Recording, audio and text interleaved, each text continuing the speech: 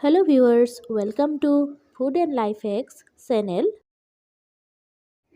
পুনৰবাৰ এটা নতুন ভিডিঅ' লৈ আপোনালোকৰ ওচৰলৈ আহিছোঁ আৰু আজি এই ভিডিঅ'টোত মই কেনেকৈনো ঘৰতে হেনা পাউডাৰ প্ৰস্তুত কৰিব পাৰি আৰু লগতে এই হেনা পাউডাৰখিনি কেনেকৈ বহু দিনলৈকে আমি ভালে ৰাখি তাক ব্যৱহাৰ কৰিব পাৰি তাৰে ভিডিঅ' লৈ আজি আপোনালোকৰ ওচৰলৈ আহিছোঁ।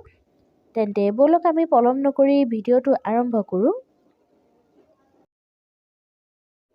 হেনা পাউডাৰখিনি বনাবলৈ এয়া দেখা পাইছে মই এনেকৈ জেতুকাৰ পাত লৈছোঁ, কেঁচা জেতুকাৰ পাত। এইখিনি মই জেতুকাৰ পাতখিনি ভালদৰে এনেকৈ চফা কৰি ঠাৰিবিলাক আঁতৰাই লৈছোঁ আৰু এইখিনি এতিয়া প্ৰথমতে মই ধুই ল'ম ভালদৰে।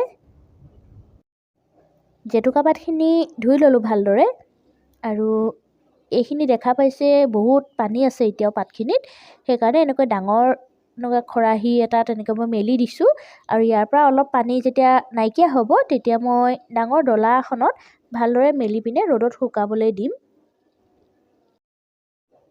জেতুকা পাতখিনি কিছু শুকাই গ'ল আৰু এতিয়া মই এইখিনি এনেকৈ ডাঙৰ ডলা এখনত কাপোৰ এখন পাৰি ধুনীয়াকৈ মেলি দিছোঁ আৰু এই পাতখিনি মই ভালদৰে শুকুৱাব লাগিব ৰ'দত, যাতে এই পাতখিনিৰ পৰা পানীখিনি একেবাৰে নাইকিয়া হৈ কৰকৰীয়া হৈ যাতে শুকাই যায় পাতখিনি, সিমানলৈকে শুকাব লাগিব।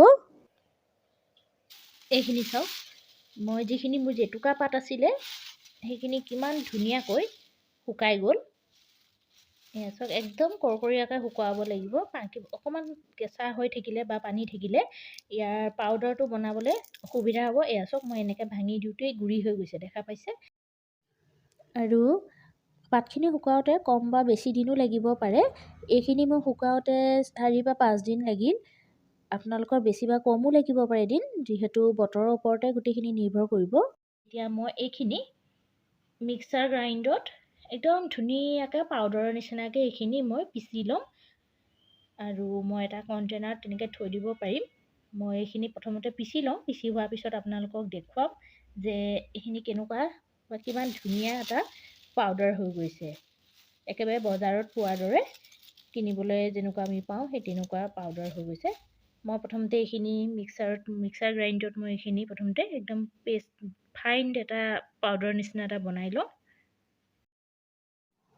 এইখিনি দেখা পাইছে মই এবাৰ পিচি ল'লোঁ আৰু এইখিনি মিহিটো হ'লেই পাউডাৰৰ নিচিনাই হৈ গৈছে, কিন্তু অকণমান মাজে মাজে কিছুমান গোটা বা দীঘল দীঘল কিছুমান লাঠিৰ নিচিনা হৈ আছে। সেইকাৰণে মই ভাবিলোঁ এইখিনি মই এখন চালনী লৈ এইখিনি পিচি লওঁ, যেনেকৈ আমি চাউলখিনি চালোঁ বা আটা চালি লওঁ, ঠিক তেনেকৈ এইখিনিও মই চালি পিনে একেবাৰে ইয়াৰ যিটো মিহি পাউডাৰ সেই পাউডাৰটো উলিয়াই ল'ম। আপোনালোকে যদি বিচাৰে এনেকৈও ব্যৱহাৰ কৰিব পাৰে, কোনো অসুবিধা নহয়, কিন্তু এনেকৈ যদি চালনী এখনেৰে চালি লয় তেতিয়াহ'লে আৰু ধুনীয়া ইয়াৰ পাউডাৰটো আপোনালোকে পাব। আৰু এইখিনি চাওক, একেবাৰে মিহি পাউডাৰ নিচিনা হৈ গ'ল। যেনেকৈ আমি বজাৰত হেনা পাউডাৰ কিনিবলৈ পাওঁ ঠিক তেনেকুৱাই হৈ গ'ল। মই গোটেইখিনি প্ৰথমতে এবাৰ পিচি পিনে গোটেইখিনি চালি লওঁ, তাৰপিছত আপোনালোকক দেখুৱাই আছোঁ। মই গোটেই পাতখিনি পিচি ল'লোঁ আৰু এইখিনি চাওকচোন কিমান ধুনীয়া পাউডাৰ নিচিনা হৈ গ'ল। একেবাৰে আমি যি বজাৰত যেনেকুৱা ধৰণৰ হেনা পাউডাৰ কিনিবলৈ পাওঁ ঠিক তেনেকুৱাই হৈছে, কিন্তু বজাৰত কিনা হেনা পাউডাৰবিলাকত কেতিয়াবা কিছুমান আৰ্টিফিচিয়েল কেমিকেল কিছুমান ইউজ কৰিব পাৰে। সেইকাৰণে এনেকৈ যদি আমি ঘৰতে প্ৰস্তুত কৰি হেনাটো ব্যৱহাৰ কৰোঁ, হেনা পাউডাৰ, তেতিয়াহ'লে চুলি ডেমেজ হোৱাৰ কোনো ধৰণৰ চান্স নাথাকে। আৰু এয়া মই এতিয়া এনেকৈ কণ্টেইনাৰ এটাত ভৰাই ল'লোঁ আৰু এইখিনি এতিয়া মই বহুত দিনলৈকে ব্যৱহাৰ কৰিব পাৰিম। মোৰ যেতিয়াই প্ৰয়োজন হ'ব ইয়াৰে মই অলপ উলিয়াই মই হেনা নিচিনাকৈ ব্যৱহাৰ কৰিব পাৰিম। এই পাউডাৰটো চুলিত লগোৱাৰ উপৰিও আমি হাততো জেতুকাৰ দৰে বা মেহেন্দিৰ দৰে লগাব পাৰোঁ, যিহেতু দেখা পাইছে পাউডাৰটো কিমান মিহি হৈছে। যেনেকৈ আমি বজাৰত মেহেন্দি লগাবলৈ পাউডাৰ পাওঁ ঠিক তেনেকুৱাই হৈছে। সেইকাৰণে এইটো মেহেন্দি হিচাপেও হাতত লগাব পাৰি। তাৰ উপৰিও যিহেতু সকলো সময়তে বা সকলো ঠাইতে এনেকৈ জেতুকাৰ পাত নাপাবও পাৰে বা সুবিধা নাথাকিবও পাৰে, তেতিয়া এনেকৈয়ে জেতুকা পাত ঘৰতে শুকুৱাই পাউডাৰ হিচাপে বনাই কণ্টেইনাৰত ৰাখি আমি বহুত দিনলৈকে ব্যৱহাৰ কৰিব পাৰোঁ। আৰু বজাৰৰ যিবিলাক কেমিকেলছ আছে, যিবিলাক আমাৰ চুলিৰ কাৰণে ক্ষতিকাৰক, সেইখিনিৰ পৰা আমাৰ চুলিখিনিক আমি নিজে বচাই ৰাখিব পাৰোঁ।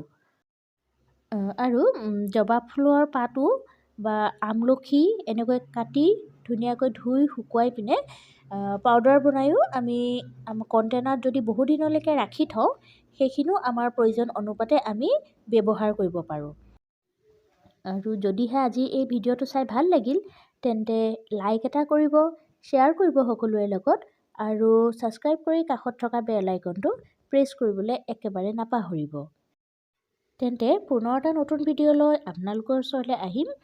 আজিলৈ ধন্যবাদ।